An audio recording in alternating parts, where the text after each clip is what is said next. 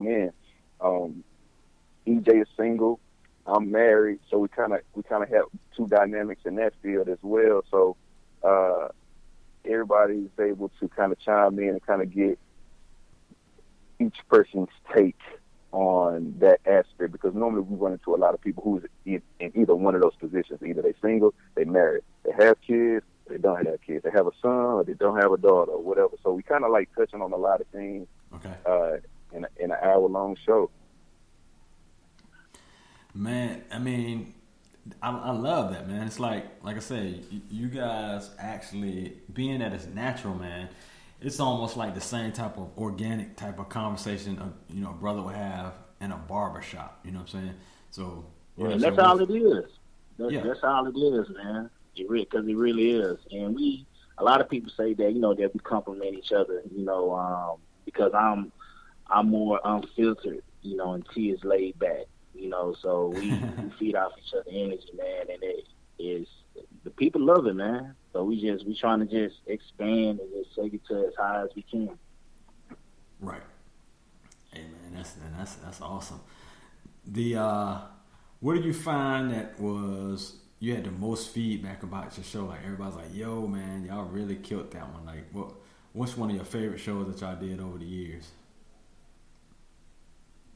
They different. They different, huh? I know one of our most played podcasts. It still gets a lot of play to this day, and I'm not sure how people are finding like the old episodes. I automatically assume that people only listen to new episodes, because that's how I listen to podcasts. I only listen to new stuff. I don't really go back and look at the archives. Okay. But people always go to this specific episode, so I guess I can only assume that people are sharing it. But EJ had shared a story on a podcast about him being in high school, man, and somebody was crying. somebody was clowning on his shoes. And yo, bro, that podcast was so funny. We had so much fun. We had a good partner of mine that came in and joined us on that episode. So like and like energy just flowed. I even got a few people that thought that guest was actually a part of the show. And I tell people, he's not going to be there next week. So it was a cool, fun environment, and you guys got to tune into that show. I can't remember the name. What was the name of that episode? Oh, Flag on the Flag on the Plane. Flag on the Plane. Listening to this, and you're interested in our show, go and listen to the episode called Flag on the Plane, and EJ will tell you his high school story about somebody cracking jokes in his shoes. And everybody still laughs at that to this day. Folks running out of bounds. That's fine. Yeah, I appreciate you for bringing that up, man. I appreciate that. Yeah. That's folks run out of bounds on you. That's what that was. Hey, so so the cool thing is, what I'm saying, if you look at like a rapper, what I'm saying, it's been viral for so long. You got like I don't know, Run DMC, you got Houdini, you got Outkast, you got, you got these two-man groups, UGK, whoever, you got these two-man groups. They know how they partner gonna come, they know what they bringing, the vibe. So how do y'all actually vibe and like bring the best out of each other, as far as when you do that? Like you probably know what to say to him to make, a good show per se, Not to say that you purposely do it, but there's certain things that push this button and probably make you laugh. Yeah. Everybody else laugh. Yeah, I get exactly what you're saying, man. And it's he's real good at putting me on the spot. You know what I'm saying? He's good at bringing up certain topics that I might not necessarily want to get into, but it's good content. Right. So but he don't mind taking the back road, man, sometimes, and just letting me talk, because how I talk or whatever, and I don't mind doing the same thing. But like I said, I'm more unfiltered, more vocal, and he's not saying that he's not vocal and expressive, but he's more relaxed. So that's how we're able to balance each other out. Like, we've been knowing each other for 10 plus years, so I know I know a lot of the times I know what he gonna say before he said it, and vice versa for him, you know, on his side. Oh. That's so cute. I remember on one show I was being funny. I was like, "Yeah, man, you my better half, dog. you my better half on the show, dog." Ew. Dang. So I would say this. I would concur with EJ on that one. Like we both know each other. A lot of times I may encounter something in the course of the day, and I say, "Man, I want to hear EJ's, perspective on this certain topic." So like you said, sometimes like a lot of our shows are not necessarily planned. We don't plan our shows. We may have a direction that we may want to go with it, but we never know what we're going to say. We don't discuss it before we press record, and so it's true, authentic, raw content. And so, and I feel like that helps us to be like that helps us to be like that, because we like you said, we don't discuss anything beforehand. Like we get to the show, we might we like, okay, we touch any topic, but we just let everything happen naturally, man. However the energy flow, man, we let it do it. Right.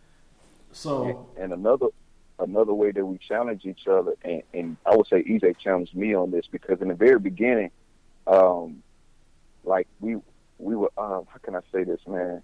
We didn't lie on the podcast, and still to this day we don't lie on the podcast. But what we used to do in the beginning is I don't think people need to know this, and I take that shit up. No, we ain't putting this out there to the world.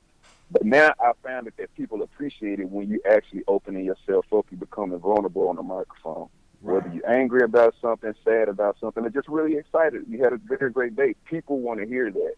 So, so that's something I stopped doing. I stopped taking certain things out. In the early days, it was very heavily edited and all that stuff, because we was just still practicing, still trying to get to know the flow. He was very PC, man. He was very PC. Very PC. Yeah. It was boring. That's what it was. Boring. It was boring. But now, man, we just press record and just let it go, man. And we have a good time doing it. So, did either one of y'all see the Meek Mill documentary? What was that? Did either one of y'all see the Meek Mill documentary? I still haven't caught that one. Okay, because there was a key part in the Meek Mill documentary where they said that Meek Mill's best songs is when he was vulnerable and when he pretty much, gave of himself, his soul, talked about the hardships he went through and the things, Yeah. Struggling to eat as he came up and, being faced with this, having to feed, his son, it had all this, the different things. And that's pretty much the same thing when it comes to, books. You know what I mean? It is. Soul it is. Music, and everything, And the reason why is because people want to be relatable. Like, if you can relate to people and make a person be like, man, he's just like me. He go through the same thing I go through, or he experienced what I experienced. It makes you become very relatable, and people really, they mess with that, because they see you are human. They see that you are unflawed. They see that you are being yourself, and that's right. And I pride myself in being myself. Good and bad. People hear us for about an hour and a half, and it's they only get so much of me in that moment, but I try to give them as much as I can. Right. Highs and lows. Right. I got you. So right now, the wife she went to sleep. She took a little nap, but I guess she forgot tonight was my podcast night. But we do Snowfall. That's what we're rocking with on Thursday nights. Snowfall, one of our probably favorite shows right now. It seems like it's edging out a lot of different things. For both of y'all, what would you put in your top 5 shows of all time right now? In no particular order, but top 5 shows that you gotta have, that you got to everybody, in your opinion, got to watch. Right. Man, more time on yours, T? Oh, you got it. Do you got yours already? I mean, I could do it, you know. I go ahead. All right, so a lot of people clown this show. Even I've clowned it, but you gotta admit, man, they kept me engaged, man. Power, man. Yeah. I really enjoy Power. A lot of people hate it, but oh well, I'm in here. I'm investing too many hours watching Power, man. So I'm definitely soaking up this last season. So Power is number one in there. Breaking Bad is definitely in there. Walking Dead, I'm still a fan of Walking Dead, but I don't watch Walking Dead with people. You know, I don't, like, I wait till it come out so I can binge watch it on Netflix. So I got Power, Walking Dead, Breaking Bad. I just finished watching The Office. And The Office is hilarious, man. It's my first time ever watching a full episode of it, and I finished the whole season a couple days ago. So I really enjoyed that show. Okay. And number 5, man,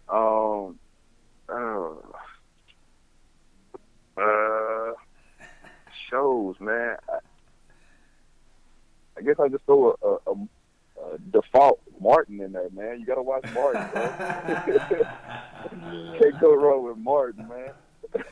Wow, your list is off the chain, man. Because you left so many things out that I'm tripping on over here, but it's cool. I'm gonna let you go ahead and let EJ go. What you got, brother? Man, he took a lot of my shows, man. That's crazy. Oh, word? Yeah. So, I mean, Martin definitely off from there, man. So for me, Martin, Family Guy, is Breaking Bad. He took my Breaking Bad. Chappelle Show. And who gonna take the last spot?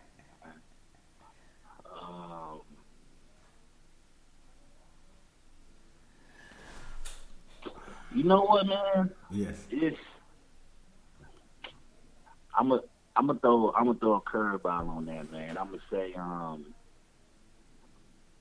gonna say Steve Harvey Show. Ooh, what? My goodness.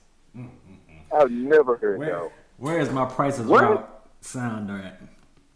I'm gonna do it. You sleeping on the Steve Harvey Show, fam. Wow. I like it. Mr. Hot Y'all didn't hear me booing. I got the boo sounder going right now.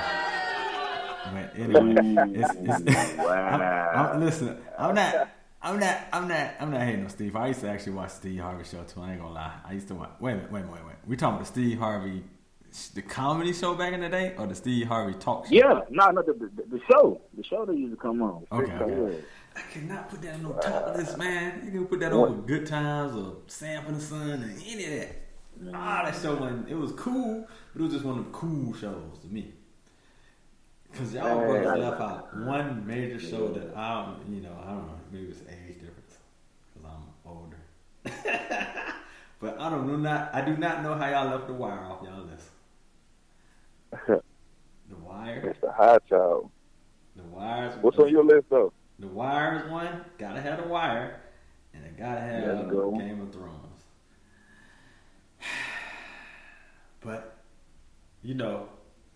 shows are subjective, man. You know what I mean?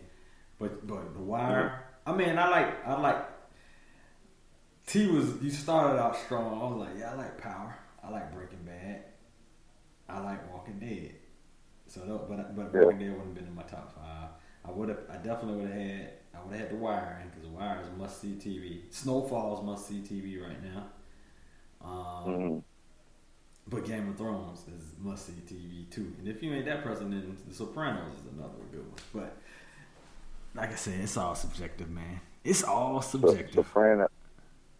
I want to get into The Sopranos. I tried to get into The Wire not too long ago, but I just couldn't get past like the time, like dudes in there wearing FUBU jerseys. and that's why I said there was an age, so you can't relate. Yeah, and here's the thing, like I remember that time period. I remember being a youngster in that era, But for some reason, it's The Wire. Like it's really in that time period, and I just can't get past like the Tims, the Carl Kanai.